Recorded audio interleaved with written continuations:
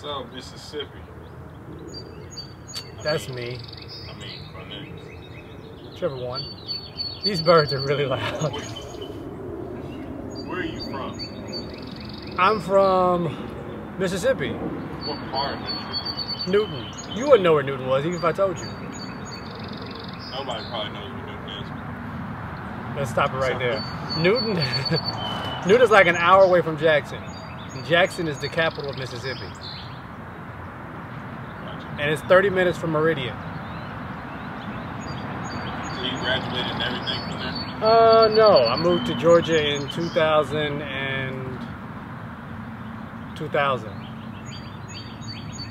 In 2000, not 2000, it was just 2000. Okay. I went to high school here, Riverdale High School. I heard some bad things about Riverdale. There have been some bad things about Riverdale, but I mean, everything bad doesn't come out of everything bad.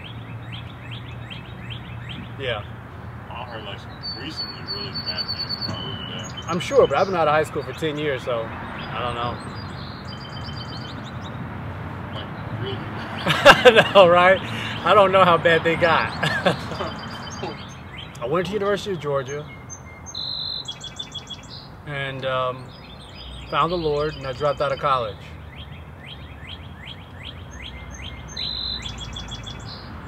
Very tough experience. What caused you to drop out of college? I felt like the Lord told me to. I feel like He told me to drop out and fully depend on Him with my entire life, and it was something I wasn't used to, I wasn't accustomed to. I decided to do it, and changed my whole life. It was very difficult, lost a lot of friends. Very few people believed in me, but I had to realize that if God told me to do it, then He told me, not them, and I had to trust Him, not them. So I did it, and I'm at a really good place in my life right now, where I've been able to trust Him fully. It's been awesome. I think that's an area where a lot of people, high school and college struggle, that whole faith and listening to Him and just following what, He says to do, especially like with major decisions like that. Oh, big. Oh yeah, big time, big time. It's just like a law, it's a rule. You need to follow the direct path that everybody else has followed, Go to elementary school, go to middle school, go to high school. Then you get done, go to college, get a good degree, and then you're supposed to get a good job, and you're supposed to get married, and I guess get a nice house and have a couple kids and a white picket fence. It's supposed to be the dream, I guess, that people are supposed to have. And somewhere along the line, we have to ask ourselves the question, where is God in any of that? I mean, if we're truly to give our lives to Him, that should mean that everything goes to Him. So literally, I had to take all my plans of wanting to be a politician, take all my plans of wanting to graduate, wanting to become an attorney. I had to take all those plans and just really throw it down at His feet and just say, whatever you want me to do, I'll do it. And that's what happened. And it changed my entire life. But I do believe that very few people are willing to make that kind of sacrifice. Very few people are willing to make that type of sacrifice. And I really believe that if they ever made it, if they ever just made that decision, although it's difficult in the beginning, they'll learn something greater about themselves, and they will discover such a true depth and a true relationship with Christ that they've never experienced before. It's a true leaning on him, where he no longer is plan A or plan B, he becomes the only plan. He's not option A, option B, option C. He is the only way. And that's when you can truly say, I trust him. I have faith in him. You know, a lot of people look at life that way. They're like, you know, well, if this doesn't work out, I'm going to do this. You know, this will be my backup plan, et cetera, opposed to just, you know, developing that relationship with Christ and then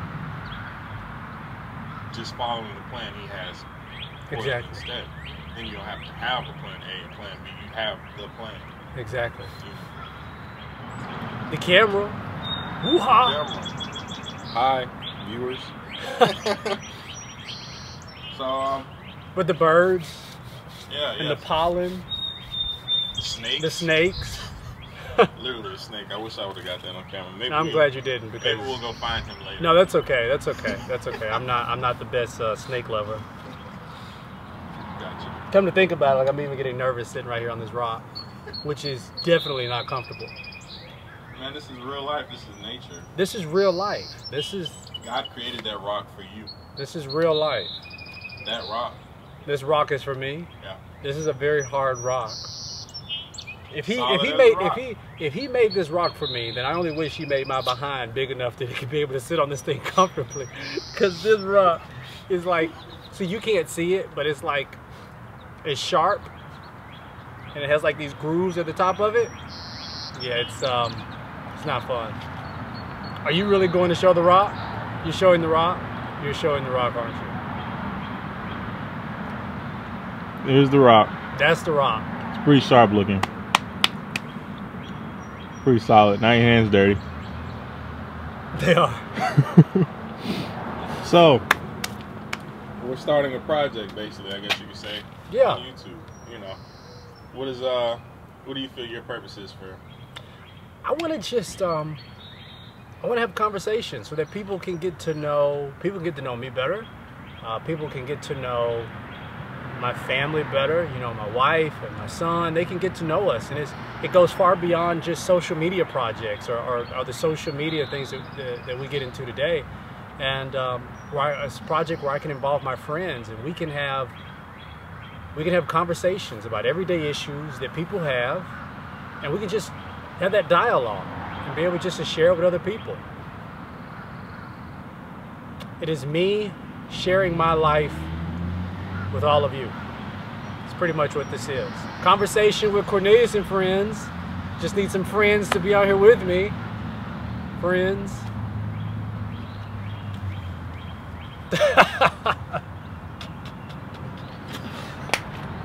Excuse the cheese. I do pour a lot of it on, so it can be rather cheesy. Just he's very, very cheesy. Whatever,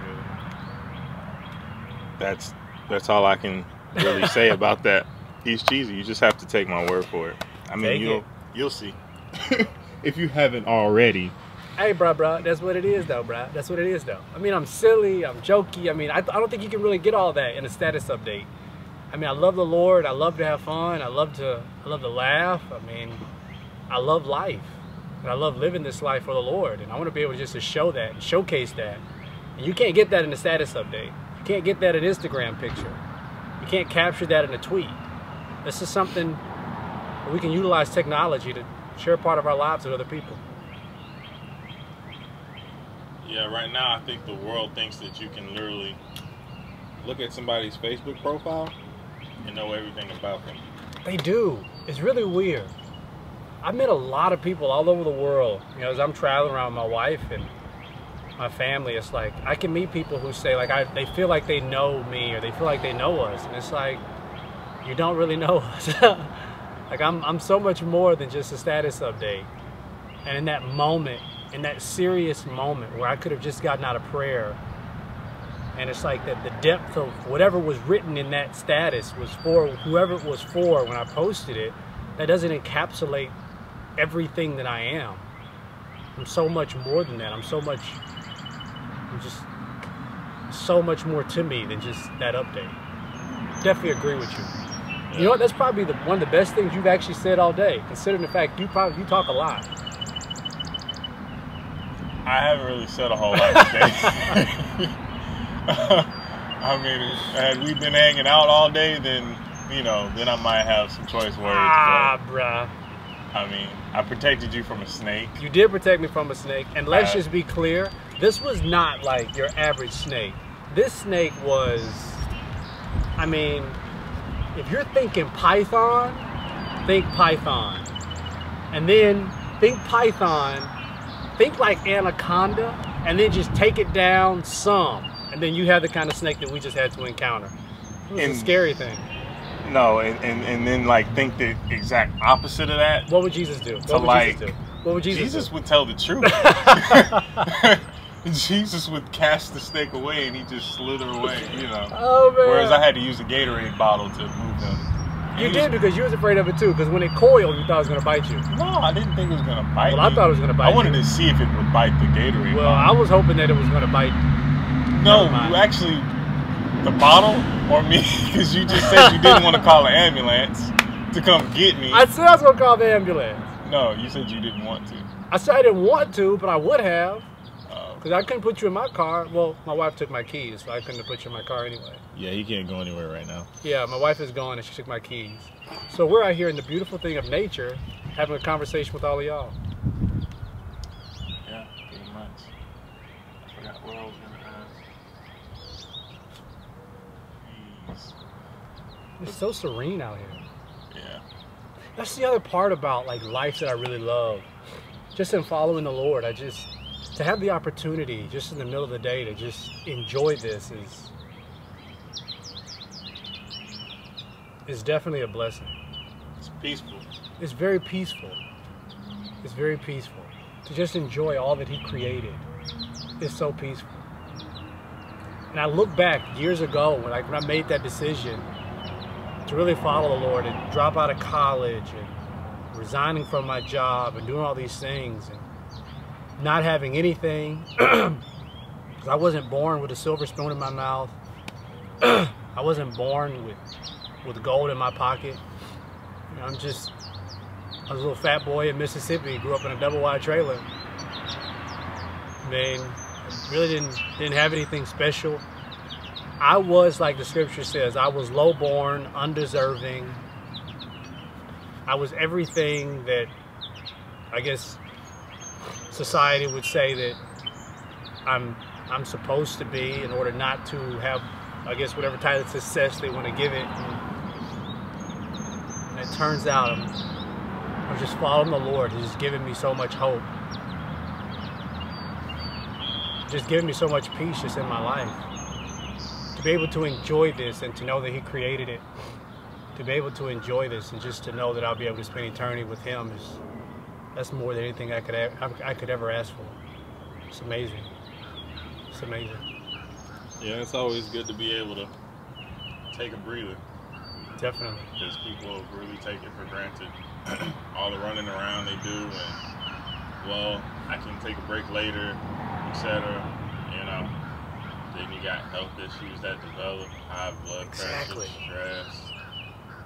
And you wake up and you're 50 years old and you're like, where did my life go?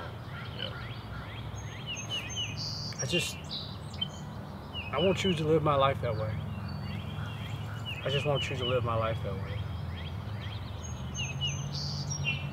Nah, bruh. Yeah. Nah, bruh. People ask me how long I've been at my job. I'm like, 3.5 years. Like, you got a long way to go before you can retire. I'm shaking my head like, man, my goal is to retire this year. I know. It's like, I don't want to be here forever, sorry. Nah, 20 years of my life. That's crazy. Exactly. To devote yourself to something, and I mean to even have that type of mindset that I need to devote myself to something, for 40 or 50 years in order to finally get to a position where I can finally leave it. It's like, how can we give that type of attention to a job, but we can't give that type of attention to Christ? To truly just trust Him to say, hey man, I've been in this journey for 3 years. I'm not going to quit. Now I'm going to keep devoting myself as long as I possibly can. It's crazy now is how many believers think.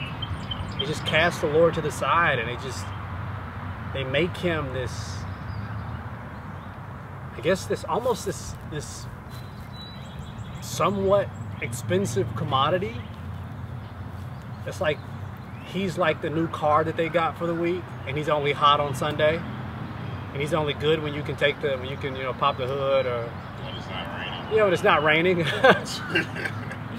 When it's not raining, and when it's not snowing, and when it's convenient,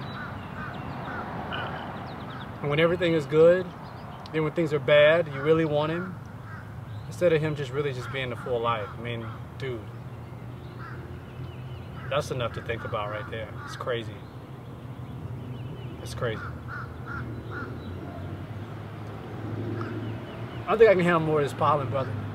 Cut. Cut. Y'all can't see it, but I'm laughing. Oh, man. It's supposed to be an egg, so eggs. Cut. Yeah, we'll outro. Yeah, so we'll try and keep this going. Not try, but we will. Yeah. Me and you will never Is there part. any way that the people viewing right now can maybe submit topics to you, or Yeah. YouTube comment section? You can send topics to my email address, info@corneliuslindsey.com. It's below the screen, info@corneliuslindsey.com. You can send them there. And we'll take a couple of them. I'll find some friends and we'll converse about it. And we'll tape it and we'll put it up. And that's it. And it'll be fun. And you may laugh. You may not. Doesn't matter. But as you'll notice, I don't have comments on my videos. I also don't have a like button. And that's primarily because I don't really care about the comments. And I don't really care about the likes or the dislikes. I mean, it really doesn't matter. Like, if you want to watch it, you can watch it. If you don't, you don't. If you like the video, you like the video. If you don't, it's okay. Basically, we don't want to kind of place any kind of like huge value on it. Oh, he has this. And that. Yeah. It's like it's just a video. It's just, Yeah. you can watch it if you want to. You can share it if you want to. But that's it. I'm not really looking for anything out of it. Yeah, it's not for the purpose of how many likes can I get, you know. Exactly. And who's Exactly. commenting what, you know. So, cool. Love y'all. We'll throw Stay focused. Out this piece.